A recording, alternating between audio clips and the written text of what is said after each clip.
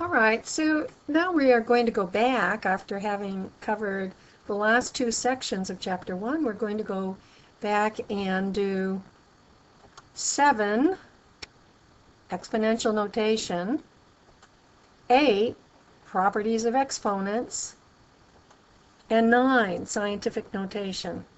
None of this is new to you. This is all from Algebra 1. So I think we can handle all 3 sections for one viewing. I'll try to get through this in a timely way for you. Okay, so starting with integer exponents.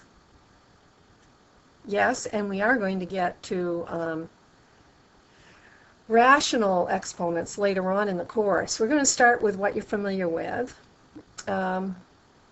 Oh, and I noticed a spelling error here, right? I know that L should be before the V. Remember this 5 minutes just to make sure we've got the necessary background we need. If we were going to simplify this, that would mean we would multiply them together. The 2 times the 2, so the 2 coefficients, and the x times the x, the variable times its partner variable. So we get 4. What happens when we multiply x times x? That's right, we get x squared.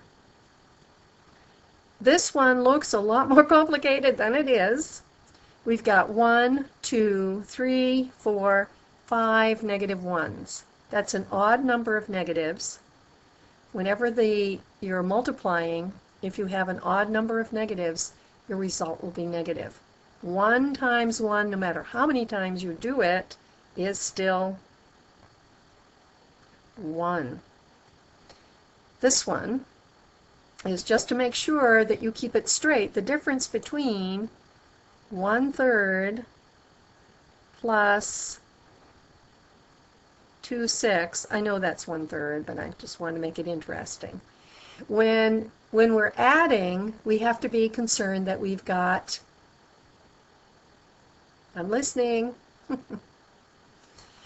common denominator. In this case, the common denominator would be 3. This is kind of unusual, too contrived, I guess. Which would be, if we were adding them, 2/3. We're not adding though, are we? We are multiplying. When you're multiplying, it's so much simpler. These could be different. It won't bother us at all because we multiply the 2 denominators together. Gives us what? 3 times 3 or 9. We multiply the 2 numerators together. There we have it.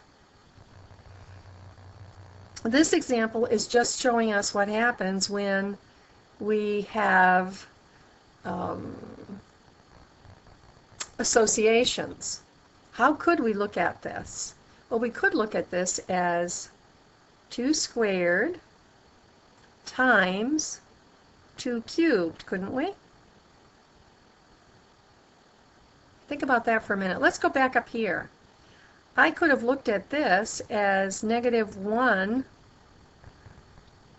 to what power? This is the power of 1, this is the power of 1, 1, 1, 1. So that would be to the 5th power. What will this equal? That's right, 2 to the 5th power. There are 5 of them. 1, 2, 3, 4, 5. They all have. We don't write it.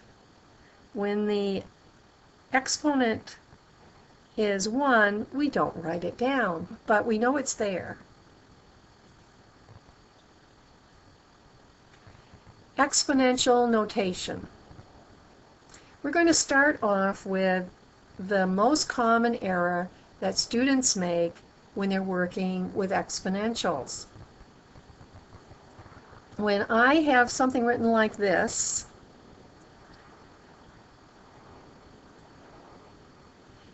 this negative isn't being included in what's being raised to the 4th power.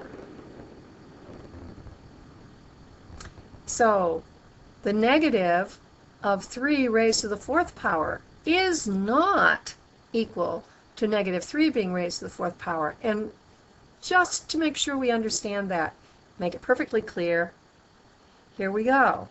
So if we were going to write negative 3 to the 4th power, we could do it this way. Negative 3 to the 1st power times negative 3 to the 1st power.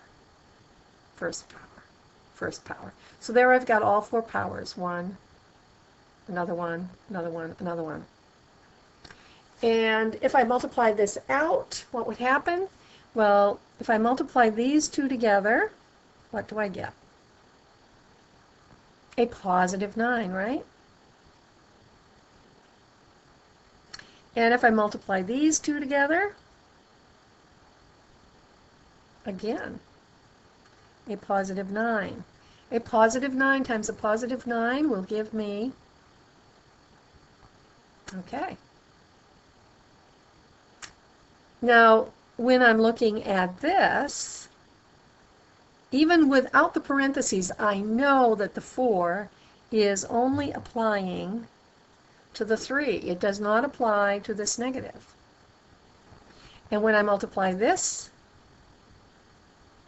this will be 9. This will be 9. I've got 9 times 9. And I've still got that negative sitting there. 9 times 9 is 81, and we have a negative. So you can see these answers are dramatically different. In this case, we're talking about a positive 81, and in this case, we're talking about a negative 81. So pay attention to that. If you don't have parentheses around the negative, then you have to exclude that as you use your power. Here's a more generic way to write it. We've got a base of b. We're raising it to the nth power. If we take the negative of that, it is not the same as taking negative b to the nth power. In our example here, what was our b? We had b was equal to 3. And we saw that these certainly were not the same. How do we read these expressions? X, which is the base, to the nth power, or, as written here, x raised to the power of n. This whole expression right here is called a power. We have the base and we have the exponent. The exponent is 4 here. What is my base? My base is whatever is being raised to the power, and that is a negative 3. How about this one? What is the base here? Again, it's whatever is being raised to the 4th power. There are no parentheses around this negative, so it's only what it's next to. So the base is 3. The base may be any real number. This is a biggie, except 0. Okay, when you have an exponential expression such as this, x may not equal 0. So let's play around with these a little bit. We know a lot about multiplying by 10. That's pretty easy for us. If I say 10 times 10 times 10, or 10 to the 3rd, I know it's 1,000. If I say 10 times 10, 100. 10 raised to the 1st power is just itself. 10, or for that matter, anything raised to the 0 power is equal to 1. Now this gets interesting. 10 to the negative 1. Let me show you something about negative exponents. We know that 10 is a rational number, so it can be expressed as an integer over an integer. there's what we're looking at. I don't like to see a negative exponent. How can I correct this? Remember from Algebra 1? You just move this down into the other side of the fraction, and it'll be 10 to the positive 1, which I am not going to write. I could, it wouldn't be wrong, but it'd just be rather unusual. How about this one? We've got 10 to the negative 2, and I'm going to write that as a rational number. I don't like to see the negative exponent, so I'm going to rewrite it with 10 to the negative 2 moved into the denominator, making it 10 to the positive 2. Same thing again here. This could be written as 1 over 10 to the third. Now, just for the heck of it, let's take a look at what this looks like on our calculators. Oh, excuse me. Get this back again. So if I said 10, whoops, we better turn it on first. 10 raised to the power of, see this little upward caret? Raised to the power of, and I want to say a negative 1, so I'm going to put parentheses around this. Raised to the power of, if I'm subtracting, I use this button. If I just want to address the sign of the number, I put this in. Raised to the power of negative 1, close parentheses, hit my enter, 0.1. So your calculator can prove to you that this is correct. Let's try 10 raised to the power of, I'm going to use my parentheses, and I use the right negative here, 2, enter. Oh, oops, did you see that coming? You did, I didn't. Should have been 10, not 110. Makes a big difference. Raised to the power of.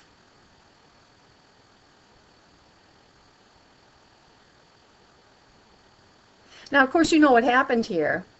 Remember, I tell you we should always ask ourselves, does it make sense? This certainly didn't make sense to me. I knew it should be something less than 1. All right, we'll do another one. 10 raised to the power of negative 3.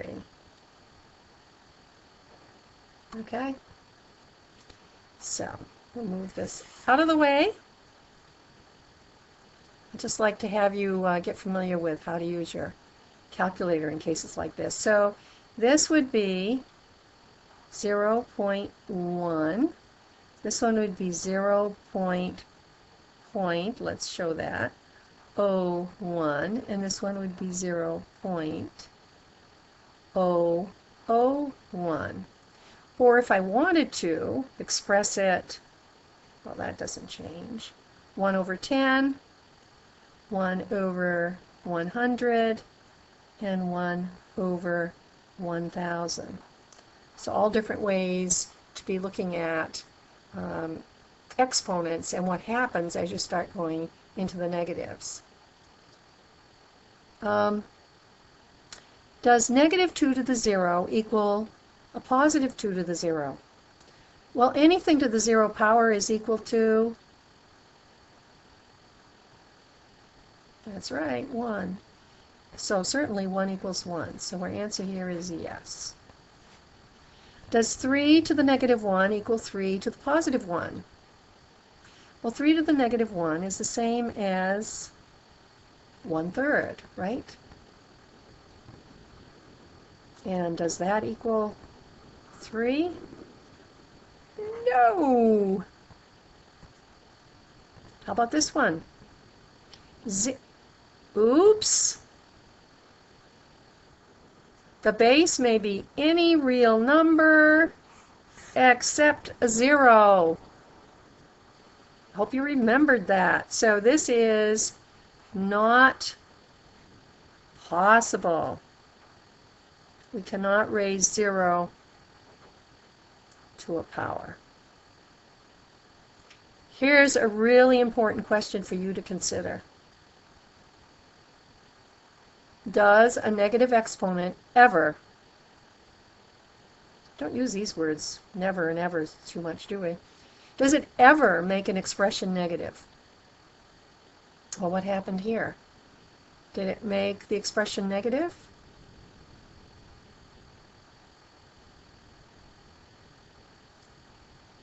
Your answer is no. Be careful of that one. And don't be too hard on yourself if you get trapped by that sometime. It's a very common mistake we make. Exponential notation. So we're going to simplify this. We are going to apply that fourth power to the x and to negative 2. Negative 2 times negative 2 times negative 2 times negative 2. We have 4 negatives, so it's going to be positive. It turns out to be 16 x to the 4th. How about this one? We've got 3.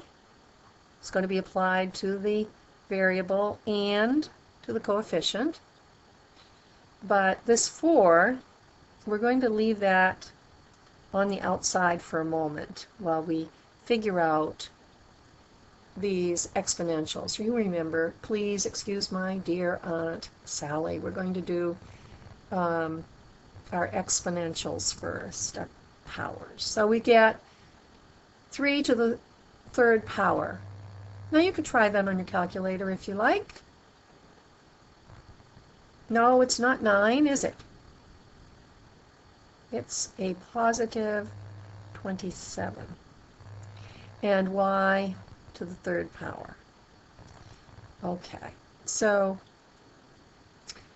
let's make sure we do our multiplication correctly. Turn my calculator on. I want to multiply 4 times 27. That gives me 108.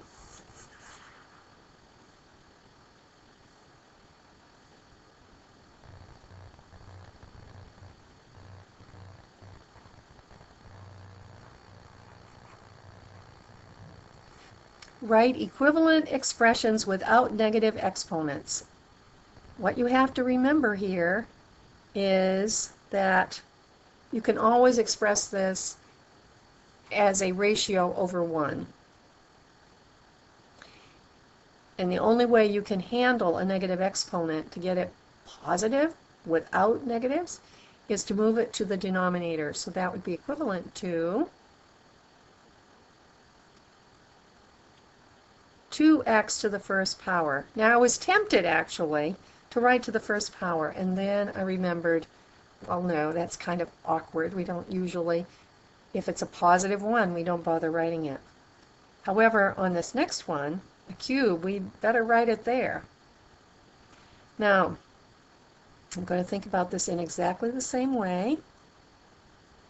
To get rid of my negative exponent, I'm going to move this whole expression, and please do that. Make sure you take the whole expression and move it down. So we get a negative 2a. Now we have a positive exponent to the 3rd power. Now I wouldn't leave it like this because we certainly could distribute this into this parentheses. And what would we have?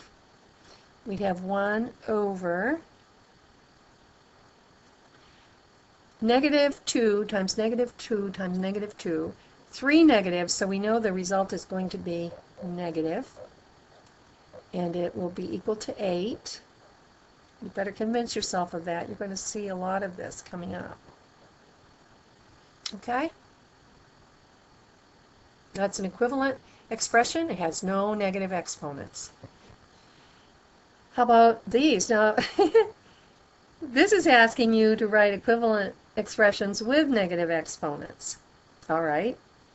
So, how do I change the sign of an exponent? That's right, I move it. So this would be equivalent to 4 raised to the negative third power.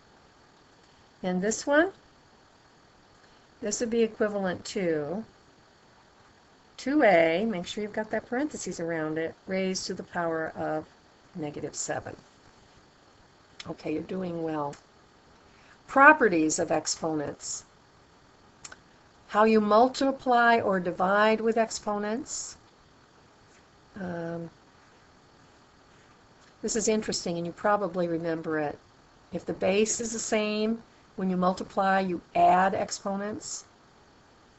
And in division, you subtract the exponents that were in the denominator. As long as the base is the same. That's so important. Bases identical.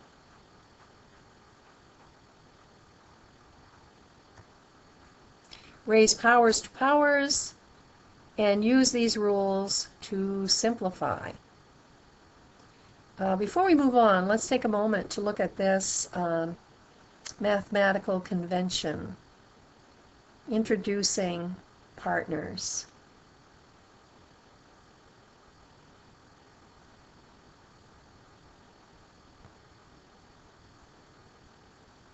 Only mathematicians would think of something like that. Okay, properties of exponents. We're just going to do a quick review here. This would be a squared.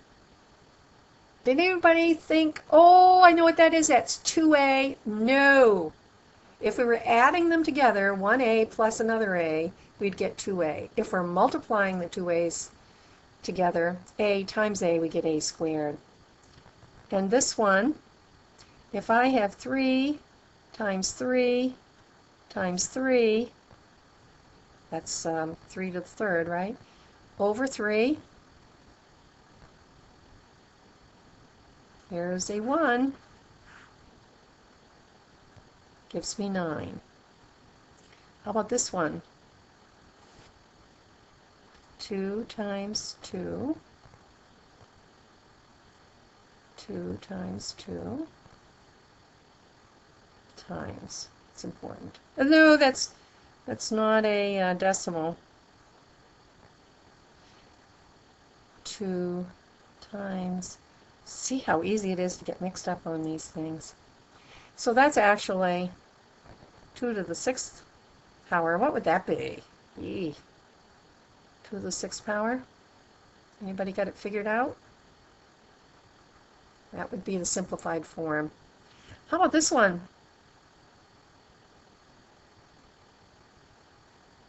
Well, that's the same as 2 over 2 equals 1, doesn't it? How about this one? Well, I could say it is that, or 1/8. And this one, well, let's have some fun with this. We're going to say this is 2 to the 3rd power, and this is 1/2 to the 3rd power. And I will distribute this 3rd power to the numerator and the denominator, so I'll have 2 to the 3rd power, 1 to the 3rd power, which is just plain old 1, over 2 to the 3rd power equals 1. Just a quick romp through what we've been talking about in section 7. Evaluate this by writing out all the x's. So how many x's do we write out here? 5. X to the 5th looks like this. Whoops, doesn't look like that. And then all of that times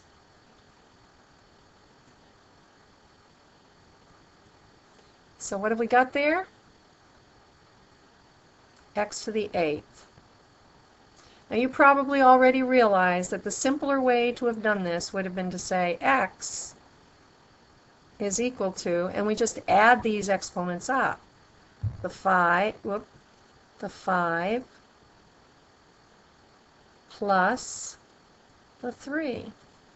Here were our 5 and 3. We add them. What operation could you perform on the exponents to get the, without, yeah, we just did that. Evaluate this by writing out all the x's and y's. Since x and y are not like terms, we know this, right? To be like terms, you have to have exactly the same base, or the same variables.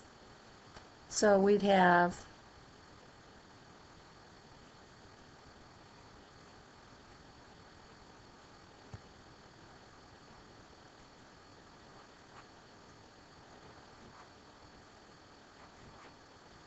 okay?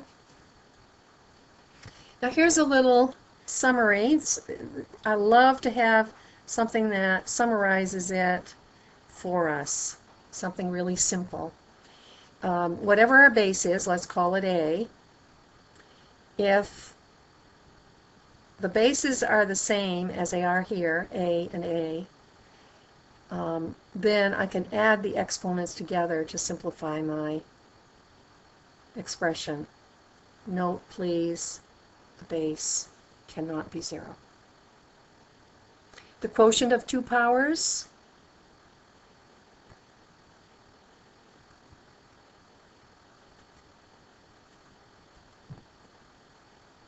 kind of boring doing this, isn't it?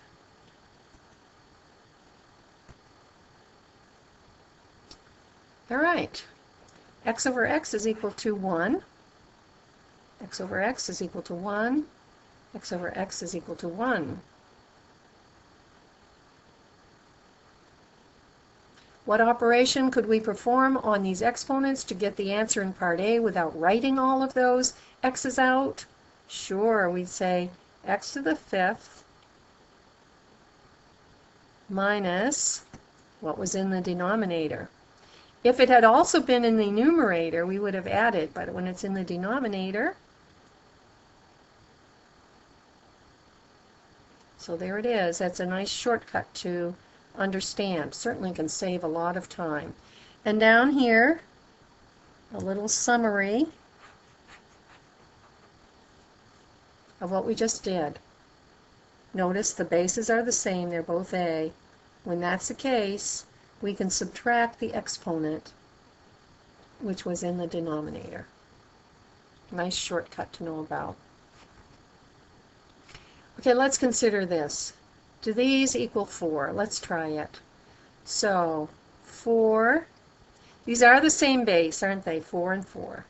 So I can add their exponents. I know one of them is negative, but that doesn't bother us. We can still use this rule.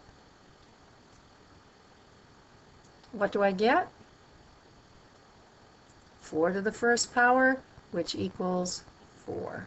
So the answer here is yes. Does this equal 5? Well, let's try it. We've got a base of 1. And what do? We add.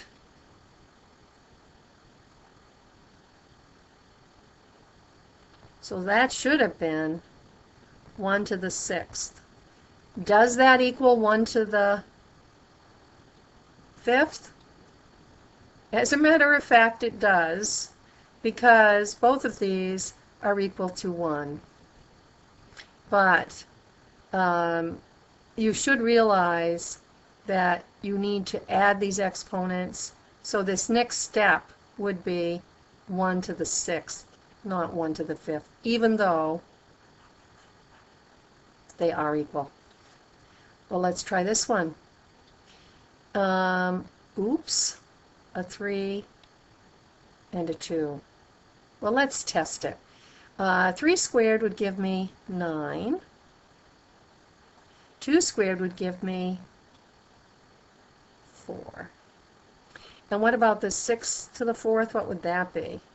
You know, I might have to call my calculator over for that one. Let's do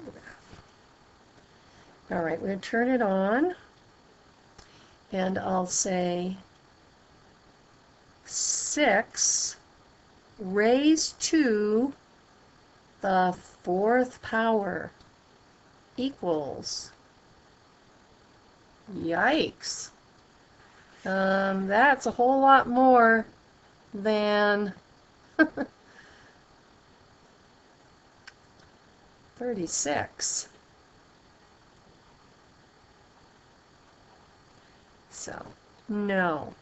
And what was the problem there? It was we didn't have the same base, so we couldn't handle it that way. How about this one? Does this equal 0? Oh, okay, let's try it. We've got the same base here, so we can say 3. What do we do when we have the same base and we're multiplying them together? We say we add. So we're going to add a negative 4. That'll give us 3 to the 0 power. And we know anything to the 0 power is equal to, yes, thank you, 1. So our answer about whether or not this equals 0, resounding no. So here are the 2 rules we've just been working with. One, when the bases are the same and we're multiplying the 2 exponential factors together, we add the exponents. Saves us a lot of time. And the other, which also depends on these bases being the same, says if I have the same base in the denominator, I can simply subtract that from the one in the numerator. Subtract the exponent in the denominator from the exponent in the numerator. Properties of exponents. Multiply and simplify. We are going to whiz through these. Okay, same base. Now you might be tempted. Beware of this. You see the 5 times the 5. And you know what 5 times 5 is, don't you? Sure, it's 25. So you might be tempted to go there immediately. Don't do it.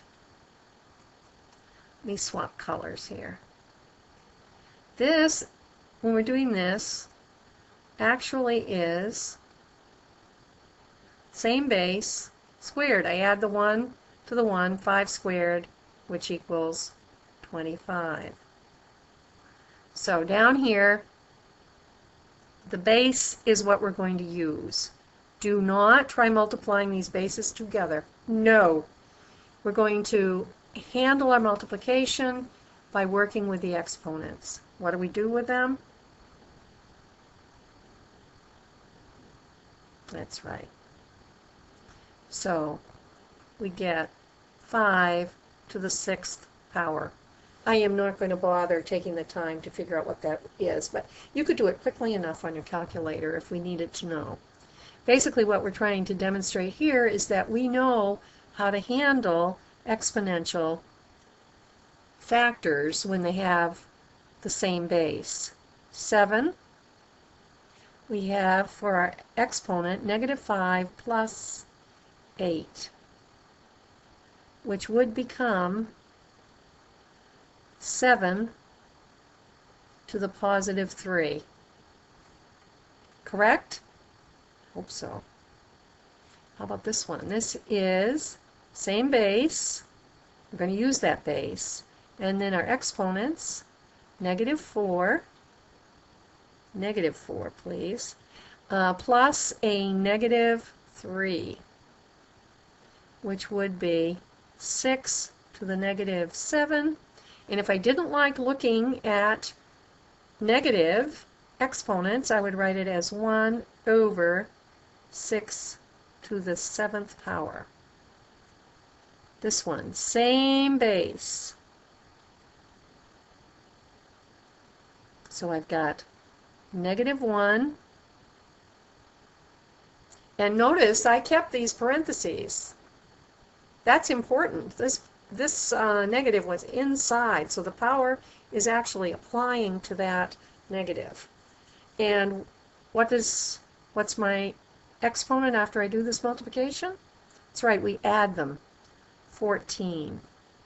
Now you know that if we have an even number of negatives, it becomes positive, right? So we've got a positive, and no matter how many times we multiply 1 times itself, it is still 1. We love ones. They're so simple to work with. This, we've got the same base, x, and we've got 5 and a -7. So we get x to the -2 power, which I would always prefer to write as 1 over x squared. Ooh, now we're getting into some where we have to think a little bit more about this. I've got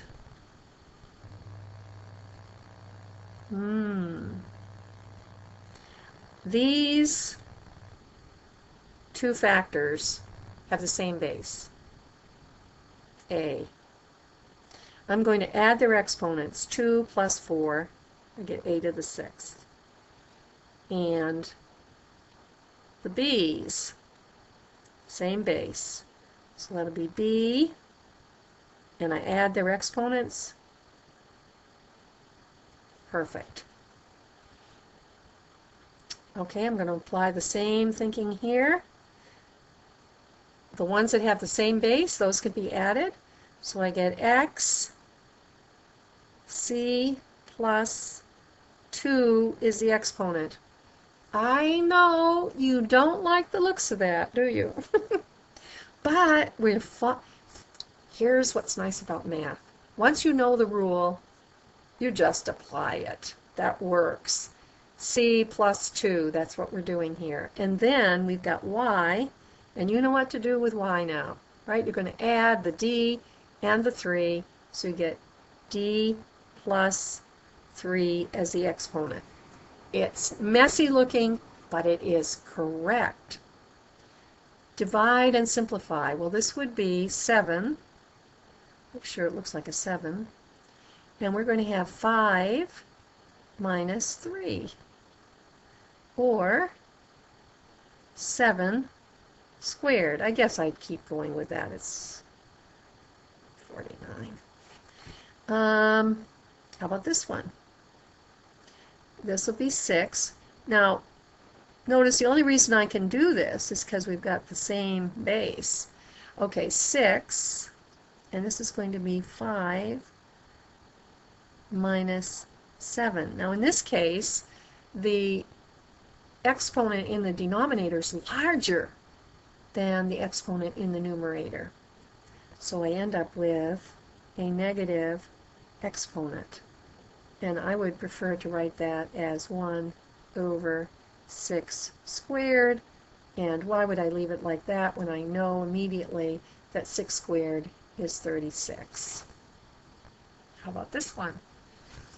Now this is just seeing whether or not you get confused when you have to deal with multiple negatives. You will not get confused, will you?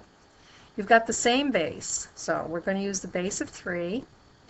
And we start out with a -2. And what do we do here? We're going to subtract a -5. Subtracting a negative is the same as, thank you, that's right. So we end up with 3 to what power? That's right, the 3rd power, which we know is 27. Power of a product. evaluate this expression by writing out all the xy's.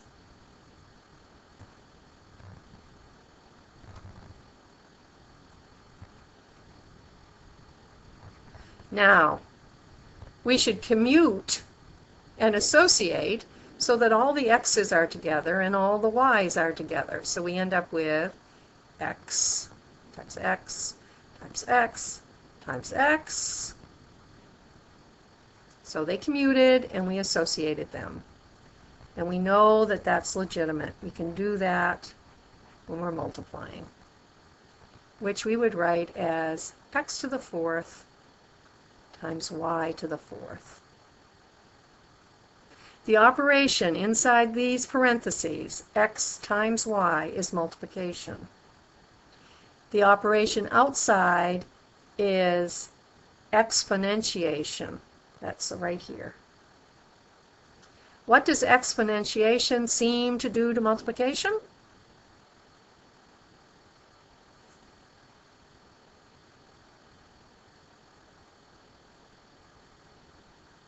Oops, sorry. Hit the wrong thing.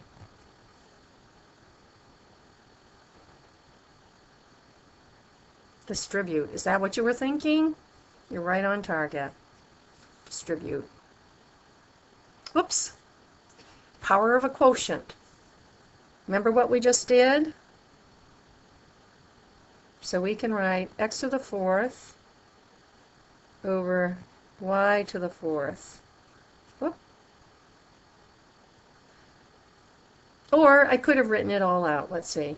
X times x times x times x, y times y times y times y. That's what I should have done to demonstrate it properly. All right. The operation inside the parentheses is division. The outside operation is exponentiation. That's this 4 here. What does exponentiation seem to do to division?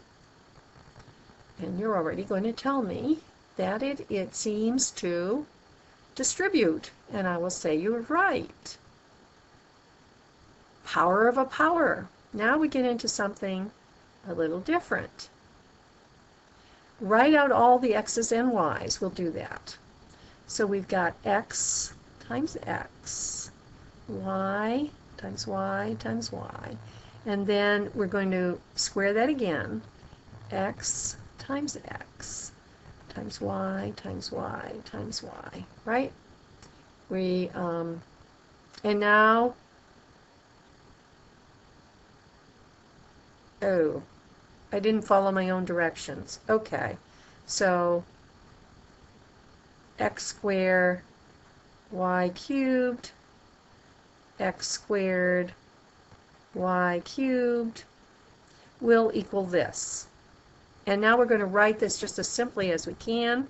Well, we're going to associate our x's together, and we'll associate our y's together, and that will give us x to the fourth times y to the sixth.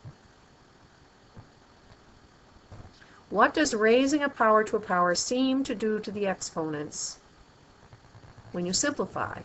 So we went from this to this.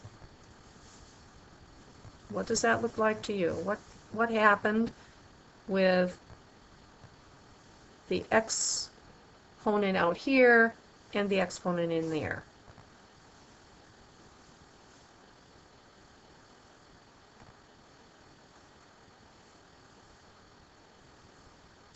Multiplied, right, it multiplies.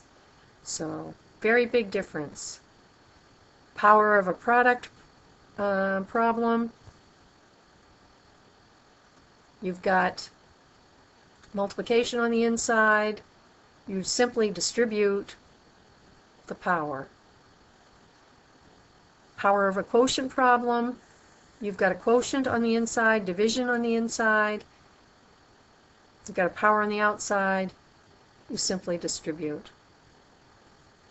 In the case of raising a power, x squared, to another power, now you multiply. So know the difference. We're going to try some right now. This will become 2 to the 15th. We could figure out what that is. I'm not going to take any time to do that. This is going to be a. We multiply these together. What's the sign going to be? Right. A negative 12, which I would prefer to write as 1 over a to the 12th power. How about this one? We're going to multiply both cases. So we get x to the 10th, x to the 10th, y to the 15th. How about this one? Now we don't have the same base. So we're going to end up with 3 to the 6th power. Remember, power of a power, we multiply. And 2 to the what power? Help me out here, guys. To the 12th power. We do not have the same base. What you would do in this case is you would get your calculator out, figure out what 3 to the 6th power is, figure out, why don't we do it? Oh my, why don't we do it? It's better to do it than to talk about it, isn't it? Now I hope you've got your calculators in front of you. If you haven't, stop and go get your calculator. Should have done that earlier, huh? 3 raised to the power of 6.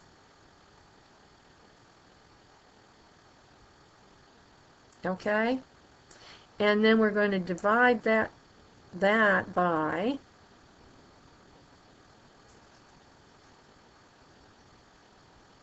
notice how I'm putting parentheses in.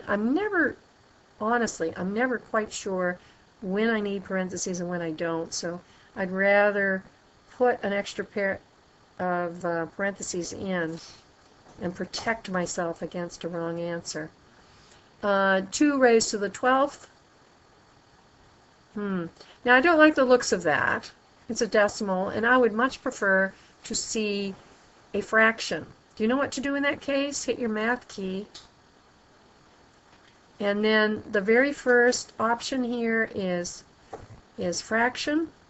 I'll select that. And look at what it tells me. This couldn't be simplified. It's actually 729 divided by 4,096. What an ugly number. Okay, back to our calculations. What do we do with this one? Well, our bases are different, so we've got to keep them separate. We've got x to the negative 4, right? It's going to be negative 1 times 4 over y to the 12th. And you know I wouldn't leave it like that, right? I'm going to get rid of this negative exponent by simply moving this into the denominator, where it will be now expressed as x to the positive 4th power and y to the power of 12. How about this one? Oh, wow. So we're going to be distributing this to this. And please don't forget your coefficient. It's also going to go into the denominator. We're going to multiply. So 3 squared would give me 9. A squared squared would give me, that's right, we multiply those, a to the 4. B cubed squared would be b to the 6th. All over 5 squared, which is 25. And c to the 4th squared, which is c to the 8th. Ugly looking. Okay, here are all the rules, all written in one place. You could stop and make a note of that, perhaps. Properties of exponents. Remember order of operations. I'm going to take care of my exponential first, but I'm recognizing that that negative is not being raised to the second power. So I'm going to have negative 25 plus, I do my multiplication before I do my addition, 15, and what will that equal? Negative 10.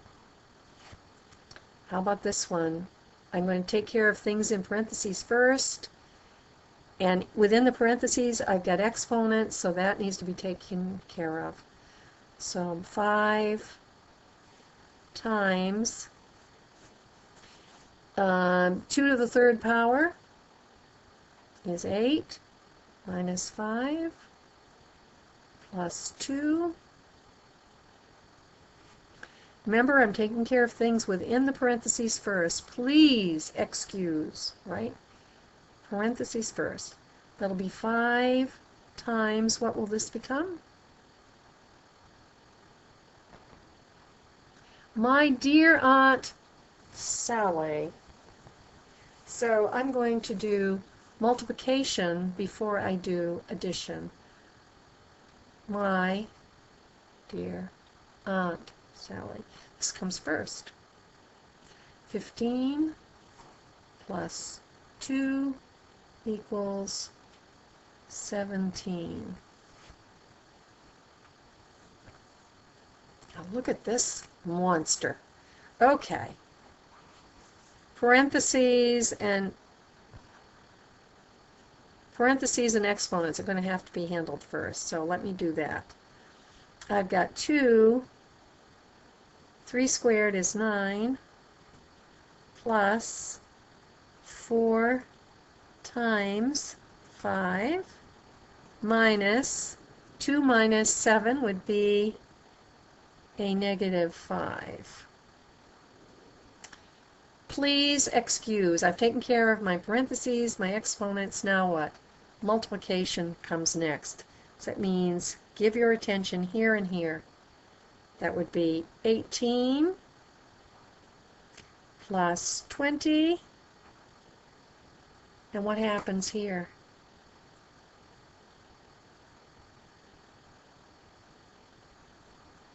So when I add all of that up, what do I get? 43. Very good. Scientific notation.